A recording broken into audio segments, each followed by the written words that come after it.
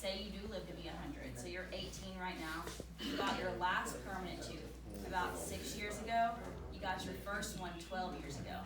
So some of those teeth you've already had for 12 years and you need them for 82 more. Wow. Okay, so that's a lot to think about. And so every time you drill on a tooth, it kind of has a lifespan because you have a filling, and at some point your fillings get so big you can't have another filling, so you need a crown.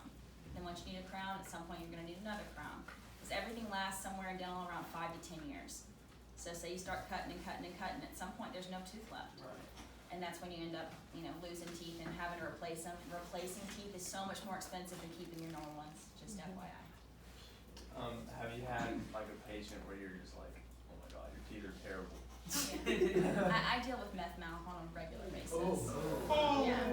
Yeah, so don't do meth. Moral of the story. There's nothing okay about meth. Don't breathe in chemicals you clean your floor with. Okay, not a good idea. You have no idea what that looks like on your teeth. Like 6 months, game changer. Teeth will never be the same. And I mean, I pull out full arches of teeth on people that aren't that much older than y'all because of drugs way too often. And once you're in a denture at a young age, the teeth are what keep your bone in place. And so once you take away all the teeth, the bone just starts to shrink.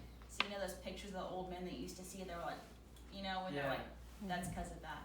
And so keeping your teeth is very essential. But they say like the 6-year molars, your first permanent ones you got, once you lose more than 2 of those, you actually shorten your lifespan by 10 years. For real? Yeah, so losing teeth has a major effect on your life because once you start losing teeth, it's really easy to say, hey, take this one. Hey, take this one. And then eventually you've got random teeth here and there, and you can't really eat really well with them. And not being able to eat well leads you down a path of a bad diet normally. Or you start getting really skinny, both ways.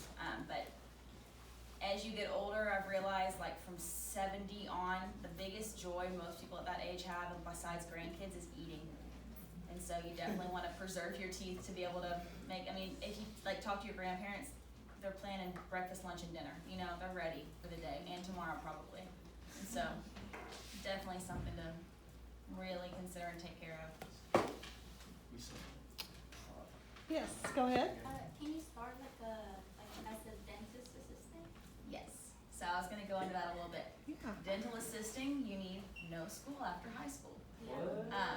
There are dental assisting schools in town, like Vista College is one of them, and a bunch of other schools have dental assisting training schools. You don't have to go to school. So you can work under a dentist and then take your licensing exam after about a year of working there and be a certified dental assistant just like everybody else is. No school necessary. So it's a really great job. Dental hygiene is also a really great job. So for hygienists, you go to 2 years and get an associate's degree, and then you go and do 2 years of hygiene. A lot of people will end up doing the second half of their degree online to do like a bachelor's or something like that. But only really if you want to go into sales at some point, like be the Crest rep or somebody who comes around to the offices to sell stuff. But hygienists have about the same schedule I do. They work Monday through Thursday. They get paid pretty well. They get paid usually a daily rate. And most hygienists probably make somewhere between $250 to $300 a day. And their life isn't too bad. They clean teeth, they go home. There's no such thing as a dental cleaning emergency. They never get called in. But same as me, no PTO.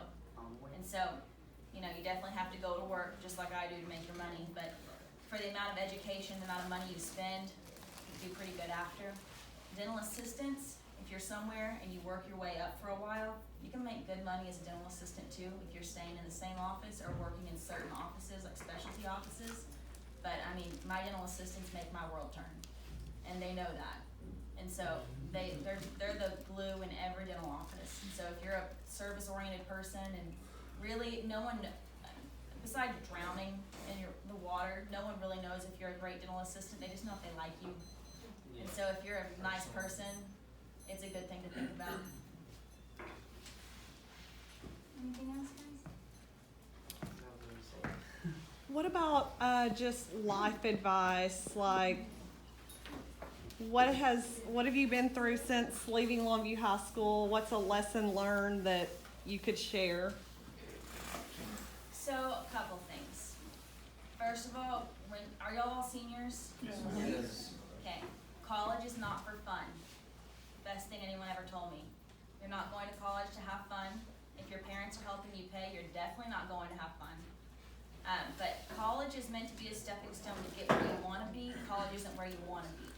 And so if you get to college and you have a whole lot of fun in the beginning, first year or two, you're not going to either stay in college or you're not going to do well at your degree.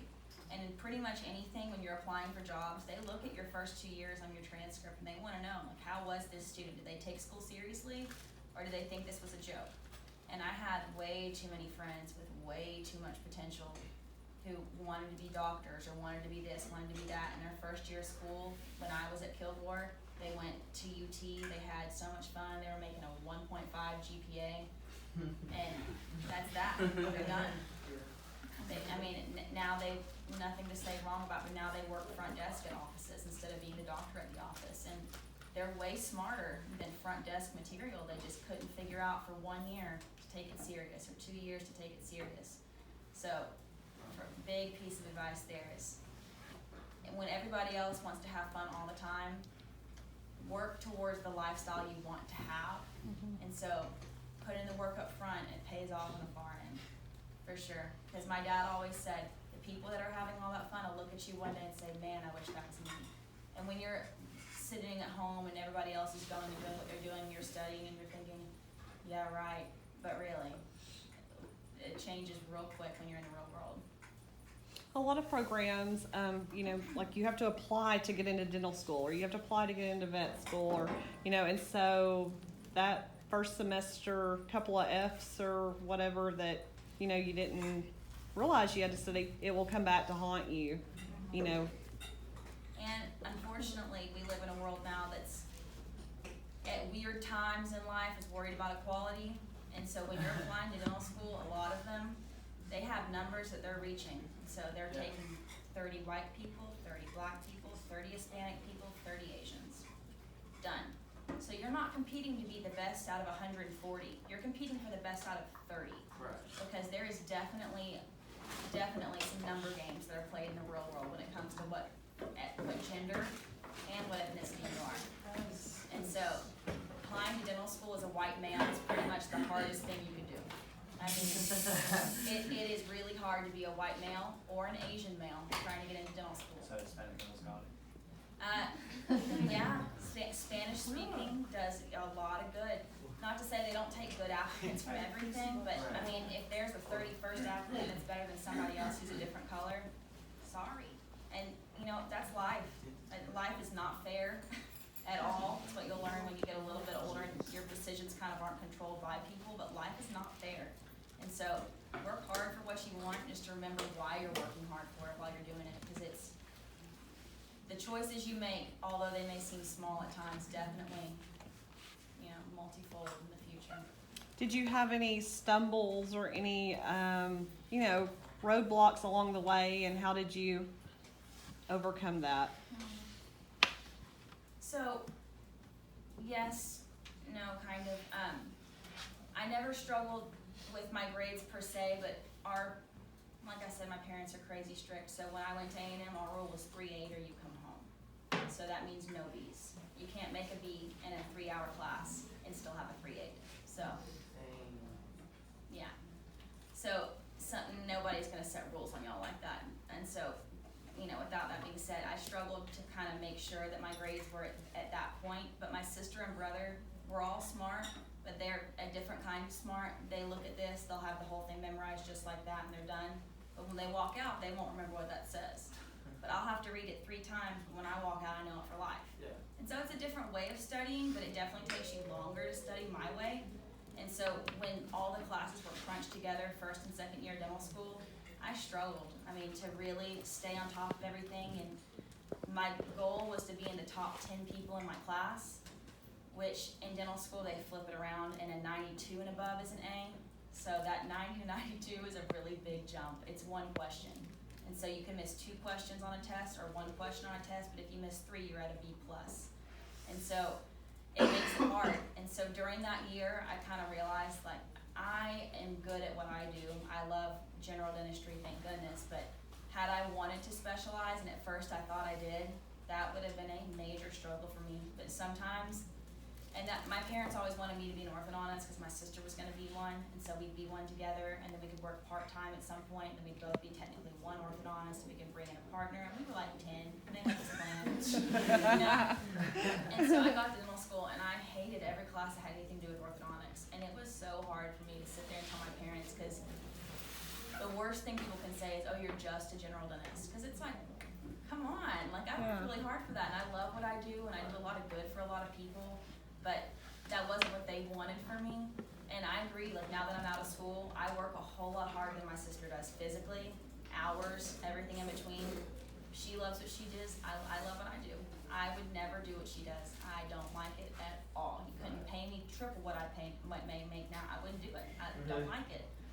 But to tell my family that and to stick strong with it and to keep saying it was really hard, but then I have a couple other dentists a couple other uncles that are general dentists, and they kind of came on my side and like, there's nothing wrong with what you're doing. And so definitely kind of hard to push back on the parents a little bit, but it's good to push back sometimes with a respectful way. So what did you not like about orthodontics?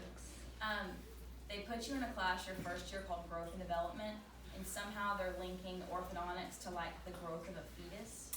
And so you have to like know like every day pretty much what the fetus is doing, and the body's made from layers, and so basically you start as like a flat sheet, and there's like an endoderm and an exoderm, which is like your endoderm is what makes your internal organs and things like that, and your exoderm is what makes like your shell, your skin. And so during that process, all these things divide and grow and become all these different parts and all this stuff, and then this organ breaks into this and becomes this and this. I didn't like that. That didn't make any sense to me. And then once you're born, they have all these points in your head, like these little pinpoint angles that they compare all these angles. I don't know if any of you have gone to orthodontist, but they take your picture from the side. That's what they're doing. There's all these like glabella and all these things they're gonna measure, and I just didn't get it. I mean, I was like, I get it. I get like that doesn't look right, but I don't really want to worry about how I fix that 2 years from now. It's a really big, like broad. And I do broad cases a lot. Like I just finished a case yesterday that's taken me a year to do. But each time it's like a broken up concept. I don't know if I'd be good at seeing that so much. Okay, I get it. All right. Any other questions? No. Yes. The most embarrassing moment you had. Wow. Off topic. I literally had just like 5 flash in my head, so don't worry. Couple things. So do you know what a hemostat is? Like when like people like clip, like in a movie when they clip a towel together in a surgical room, and it's like scissors that stay stuck, and you have to like unclip them to come like wedge them apart. They're like teeth that kind of clip. So it's kind of like a zip tie type closure, but you have to unhook it and pull it out. Well, it's one of my favorite patients one time, and his name is Terry P. My last name's P something. But it was when Cardi B had just come out, so everyone would Cardi B, and he'd come out like Terry P. And it just made me laugh. I love Terry P. But anyway, I got the hemostats stuck on his tongue, like literally clipped him in between these they're blunted, but it doesn't matter. It's like trying to stick an ear in basically, and I could not get the thing undone. And Terry P's flailing, and I was like, Terry, calm down. He just stopped. I was able to undo it. He never said a thing about it. But oh my gosh, I was so embarrassed. So that kind of stuff happens sometimes.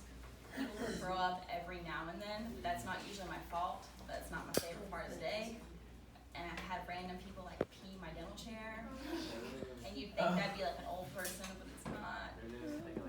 And so like stuff like that's kind of weird and awkward. But you do stuff all the time. Like my face is next to people's face all the time. So I'm bumping hair, pulling hair. All sorts of stuff happens in a dental office, but you just get over it. Everything's got embarrassing stuff to it. You gotta learn to laugh at yourself a lot in life. A lot. Okay, so I have a question. When the first time you ever saw like a real patient, and the first, you'll be like, open your mouth, and so the first time he or she opened their mouth, like what was your first thought in your head, Yeah. So I'd seen mouths my whole life, but it's very different when like you're sitting at the end of the chair. So at first, you practice on your classmates. Unfortunately, that's how you learn to do everything. Like if you're gonna give an injection, you're gonna give it on your friend first. So who sits next to you, they call it stab lab. And you go in and you just learn how to give your injections on each other, and it's awful. It's awful. Yeah, because they don't want you to do that to patients. I mean, they're trying to be humane about it. But the dental schools usually service lower income people because it's a reduced cost, but you pay with your time. It takes a lot of time to get dental work done at the dental school. And so I had a vet who opened his mouth and he had like random teeth. But I mean, there's like critters like the moon, and it's just full of like lunch from how long ago, like you don't know. So it's not great sometimes, but you just kind of roll with it. Did you ever find it amusing? Oh, I mean, you have to laugh with what I do. Yeah. You have to laugh.